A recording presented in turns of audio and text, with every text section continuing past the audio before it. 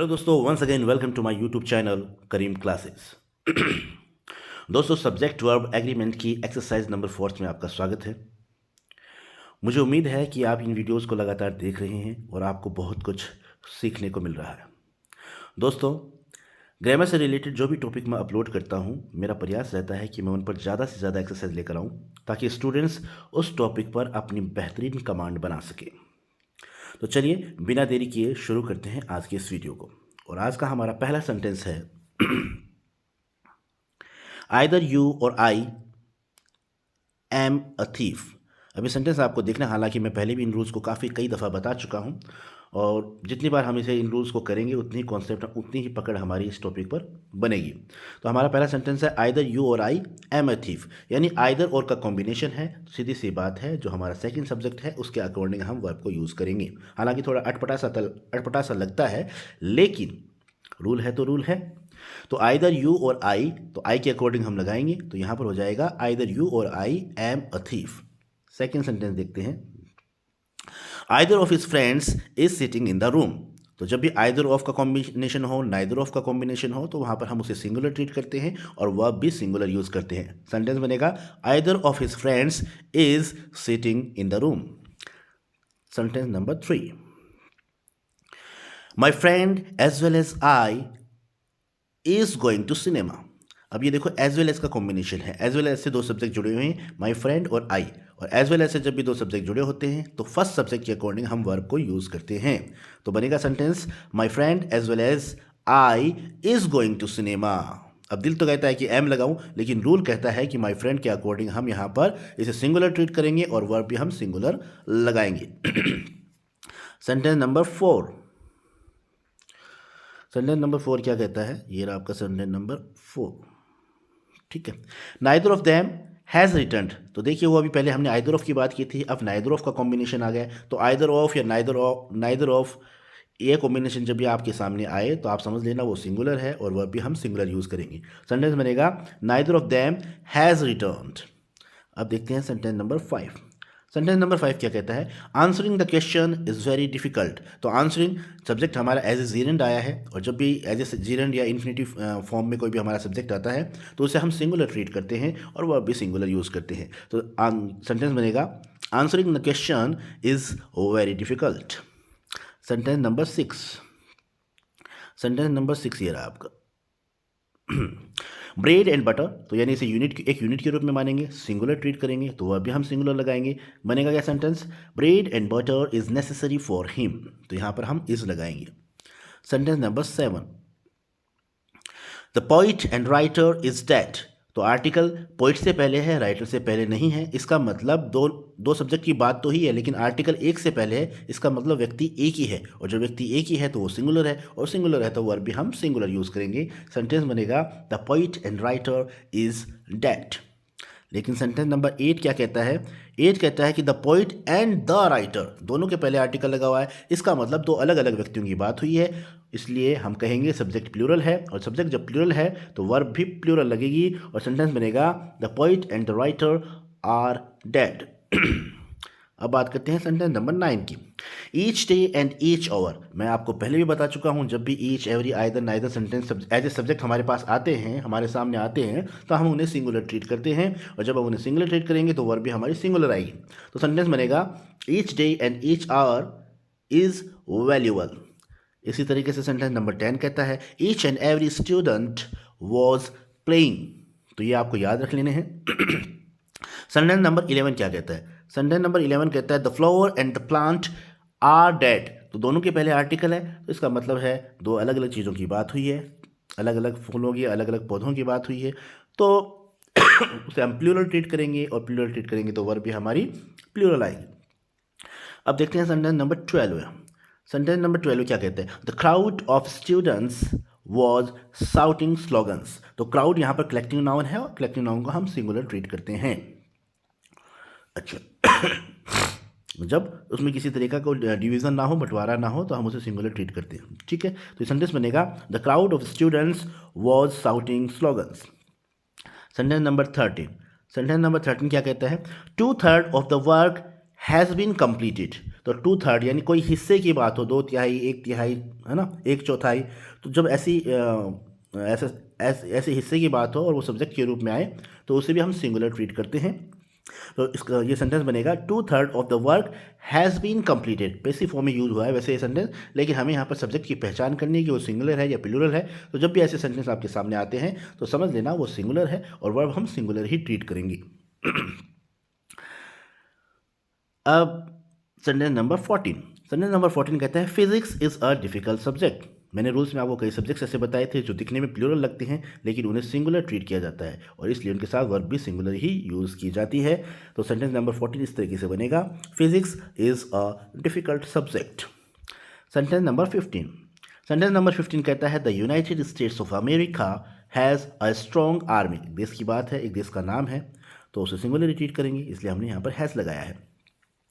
Sentence number 16, the quality of apples is not good. तो singular subject है quality, तो singular subject है इसलिए हम इसे सिंगुलर ट्रीट करेंगे और वर्ब भी हम सिंगुलर लगाएंगे।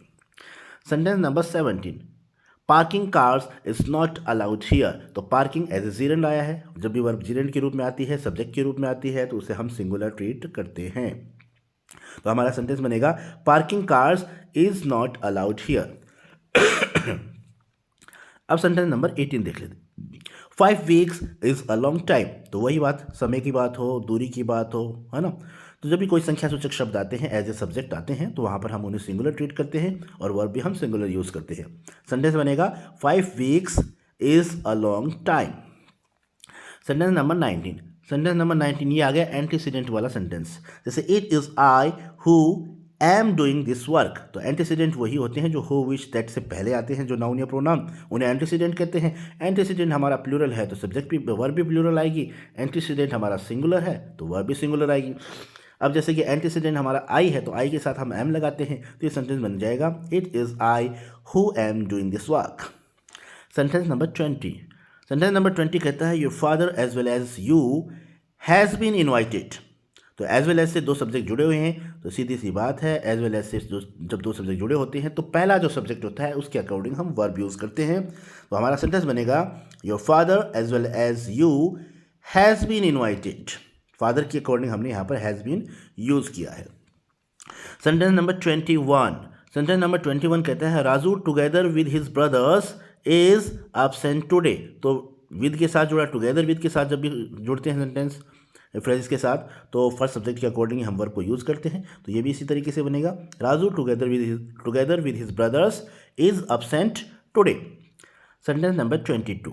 सेंटेंस नंबर 22 कहता है यानी देर से शुरू हुआ है, तो हेयर और देर से जब भी कोई सेंटेंस शुरू होते हैं उनके बाद में खाली स्थान आता है और उस खाली स्थान के बाद में, उस रिक्त स्थान के बाद में जो भी नाउन आता है अगर वो सिंगुलर है तो वर्ब भी हम उस खाली स्थान में सिंगुलर यूज़ करेंगे, और अगर वहाँ पर प्लूरल नाउन आया है तो वहाँ जो वर्ब होगी वो भी प्लूरल होगी। सेंटेंस नंबर 22 देख लेते हैं। देयर इज़ अ रूपी इन माई पॉकेट। तो यहाँ पर रूपी सिंगुलर है इसलिए हमने वर्ब भी लगाई है इज़। देयर इज़ अ रूपी इन माई पॉकेट। लेकिन 23 से जो 23 का हमारा सेंटेंस है वो देखिए, 23 का सेंटेंस कहता है there are 10 rupees in my pocket. यहाँ पर प्लूरल है तो इसलिए हमने यहाँ पर इसे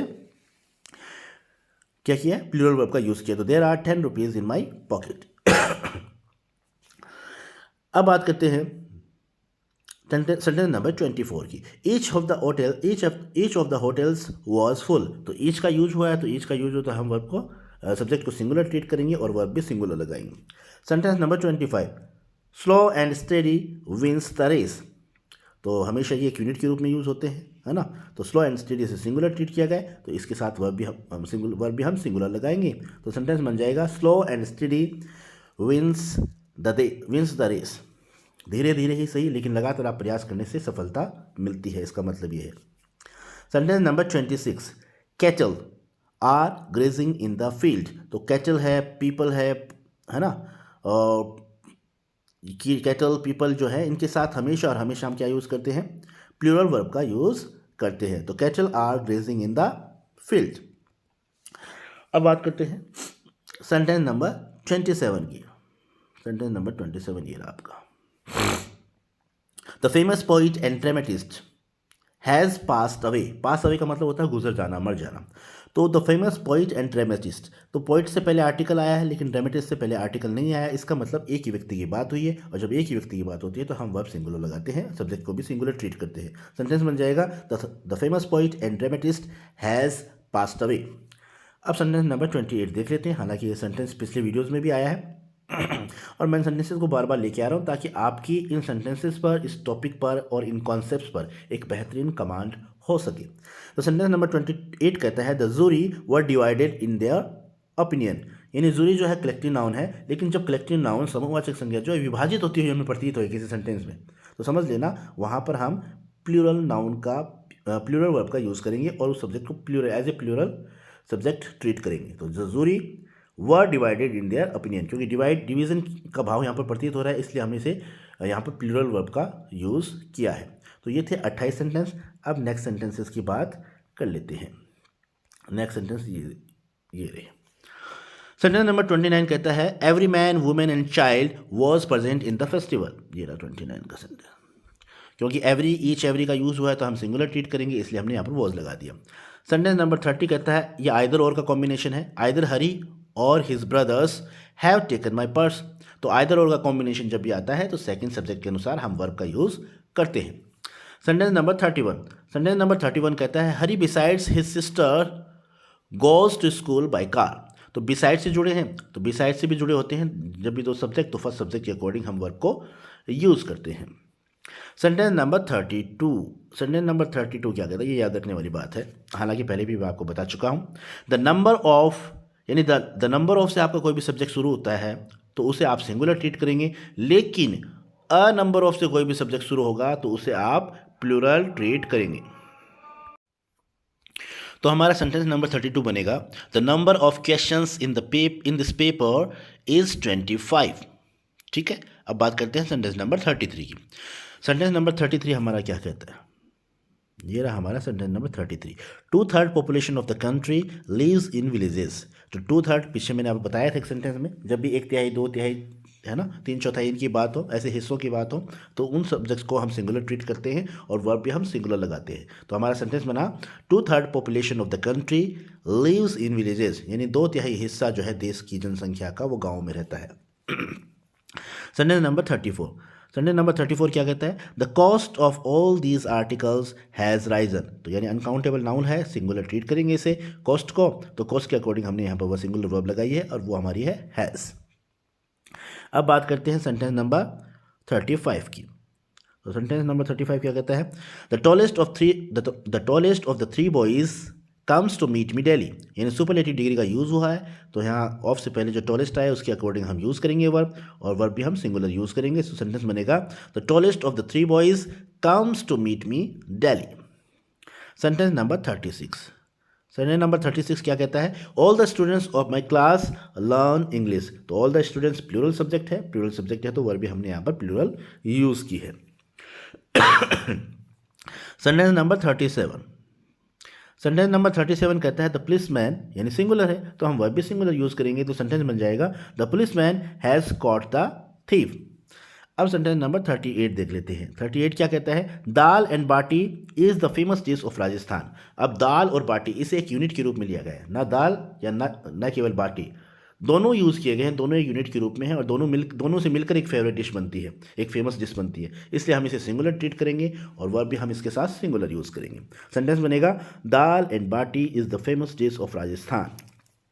सेंटेंस नंबर 39, सेंटेंस नंबर 39 कहता है an old women with her 3 children is standing outside at the front door. तो एन ओल्ड वुमेन एक सिंगुलर है, विद से जुड़े हैं दो सब्जेक्ट, पहले सब्जेक्ट के वर्ड हम वर्ब लगाएंगे और एन ओल्ड वुमेन हमारा जो है पहला सब्जेक्ट है और जो कि सिंगुलर है, इसलिए हमने वर्ब भी यहाँ पर सिंगुलर यूज़ किया है। सेंटेंस नंबर 40, सेंटेंस नंबर 40 कहता है 10,000 rupees is a good help for a poor man. तो मैंने पीछे भी आपको बता दिए, काफ़ी एग्जाम्पल भी हमने यूज़ किए हैं, लिए हैं। तो 10,000 रुपीज़ इसे हम सिंगुलर ट्रीट करेंगे और वर्ब भी हम सिंगुलर यूज़ करेंगे। सेंटेंस नंबर 41 वी जो कि फर्स्ट पर्सन का प्लूरल है और प्लूरल है तो वर्ब भी हम प्लूरल यूज़ करेंगे। First person, second person, third person मैं उम्मीद करता हूँ आपको पता होंगे। फर्स्ट पर्सन आई होता है जिसका प्लूरल होता है वी, सेकंड पर्सन यू होता है जिसका प्लूरल भी यू होता है, और थर्ड पर्सन होते हैं ही, सी, इट जिनका प्लूरल होता है दे। तो यहाँ पर हमारे सामने सब्जेक्ट वी है जो कि फर्स्ट पर्सन का प्लूरल है, और ये प्लूरल है इसलिए हमने यहाँ पर वर्ब भी यूज़ की है प्लूरल। तो सेंटेंस बना we like this scenery. Sentence number 42, to help others is a virtue. तो यानी टू हेल्प ये एज ए इन्फिनेटिव फॉर्म में आया है, और इन्फिनेटिव फॉर्म में जब भी कोई सब्जेक्ट आता है तो उसे हम सिंगुलर ट्रीट करते हैं। अब सेंटेंस नंबर 43 देख लेते हैं। सेंटेंस नंबर 43 जो है, जो कि जीरेंड फॉर्म में है, और जीरेंड फॉर्म हो चाहे इन्फिनेटिव फॉर्म हो, सभी को हम सिंगुलर ट्रीट करते हैं। तो यहाँ पर भी हम इस सब्जेक्ट को सिंगुलर ट्रीट करेंगे और वर्ब भी हम इसके साथ सिंगुलर लगाएंगे। तो सेंटेंस हमारा बनेगा smoking cigarettes is not allowed. और इस सेंटेंस को हम ऐसे भी बना सकते थे, to smoke cigarettes is not allowed. अब बात करते हैं सेंटेंस नंबर 44 की, जो कि नया सेंटेंस है अब तक की वीडियोस में। हेयर को जब हम सामूहिक रूप से लेंगे, यानी पूरे सभी बालों को सम्मिलित करते हुए सम्मिलित रूप से जब हम हेयर का यूज़ करेंगे, इस कॉन्टेक्स्ट में अगर हम बात करेंगे तो वहाँ पर हम उसे सिंगुलर ट्रीट करेंगे। जैसे पहला 44 का सेंटेंस है, हिज हेयर इज़ लॉन्ग, यानी उसके बाल लंबे हैं। इसे हमने सामूहिक रूप से लिया। लेकिन जब हम कुछ बालों की या कई बालों की बात करते हैं तो वहाँ पर हम उन्हें प्लूरल ट्रीट करते हैं, और वर्ब भी हम फिर प्लूरल यूज़ करते हैं, जो कि सेंटेंस नंबर 45 में दिख रहा है। सेंटेंस नंबर 45 कहता है हर मैनी हेयर्स। अब यहाँ पर कई बालों की बात हुई, सामूहिक रूप से नहीं लिया गया, बालों में से कई बालों की बात हुई है। तो हर मैनी हेयर्स आर वाइट, तो यहाँ पर हम इन सब्जेक्ट को भी प्लूरल ट्रीट करेंगे और वर्ब भी हम प्लूरल यूज़ करेंगे। सेंटेंस नंबर 46, इट को आप मान के चलें कि इट सब्जेक्ट जो है वो हमेशा उसे सिंगुलर ट्रीट करेंगे और उसके साथ सिंगुलर वर्ब का ही यूज़ करेंगे। तो it was a nice story, तो इट के साथ हमने यहाँ पर वॉज लगा दिया। अब बात करते हैं सेंटेंस नंबर 47 की। तो नथिंग बट, जब भी नथिंग बट आपके सब्जेक्ट आए तो आप उसे सिंगुलर ही ट्रीट करेंगे और उसके साथ सिंगुलर ही वर्ब यूज़ करेंगे। भले ही नथिंग बट के बाद में जो भी नाउन आए वो सिंगुलर आए या प्लूरल आए, आपको नथिंग बट के हिसाब से वर्ब को सिंगुलर ही यूज़ करना है, और नथिंग बट को हमेशा और हमेशा आपको सिंगुलर ट्रीट करना है। सेंटेंस बनेगा nothing but trees is found in the forest. इस सेंटेंस का मतलब ये होगा कुछ भी नहीं था, बस पेड़ों के अलावा वहाँ पर कुछ भी नहीं था, पेड़ ही पेड़, वहाँ यानी जंगल में पेड़ ही पेड़ पाए जाते हैं, पेड़ों के अलावा कुछ नहीं होता। इस सेंटेंस का सेंस ये है। लेकिन आपको याद रखना है नथिंग बट को हमेशा आप सिंगुलर ट्रीट करेंगे और वर्ब भी आप हमेशा सिंगुलर ही लगाएंगे। अब बात करते हैं सेंटेंस नंबर 48 की। सेंटेंस नंबर 48 कहता है war and peace is an interesting novel. तो यानी नोवेल का नाम है, तो एक ही नोवेल का नाम है, तो इसे हम सिंगुलर ट्रीट करेंगे और वर्ब भी हम सिंगुलर लगाएंगे। Sentence number 49, the committee is considering over this matter. यहाँ पर देखो कमेटी कलेक्टिव नाउन तो है, लेकिन एक सामूहिक रूप से कमेटी का यहाँ पर यूज़ किया गया है, किसी तरीके की डिवीजन इसमें शो नहीं हो रहा है। तो तब अगर डिवीजन शो नहीं हो रहा है किसी तरीके का, तो यहाँ पर हम कमेटी को एक सिंगुलर ट्रीट करेंगे, सिंगुलर सब्जेक्ट की तरह ट्रीट करेंगे, और वर्ब यहाँ पर हम सिंगुलर लगाएंगे। तो सेंटेंस बनेगा the committee is considering over this matter. और इस वीडियो का लास्ट सेंटेंस है both Aditi and Sunita cook food. तो जब भी बोथ एंड का कॉम्बिनेशन आपके सामने आए तो आप समझ लेना वो सब्जेक्ट जो है वो प्लूरल है और उसके साथ हम वर्ब भी प्लूरल यूज़ करेंगे। तो ये था मेरा छोटा सा वीडियो। मुझे उम्मीद है आपको ये वीडियो पसंद आया होगा। दोस्तों, अगर आपको मेरी वीडियो पसंद आते हैं तो प्लीज़ प्लीज़ प्लीज़ इन्हें लाइक, शेयर और सब्सक्राइब कर दीजिएगा, क्योंकि आपका एक लाइक, एक शेयर और एक सब्सक्राइब मुझे मोटिवेट करता है। Thank you so much for watching this video.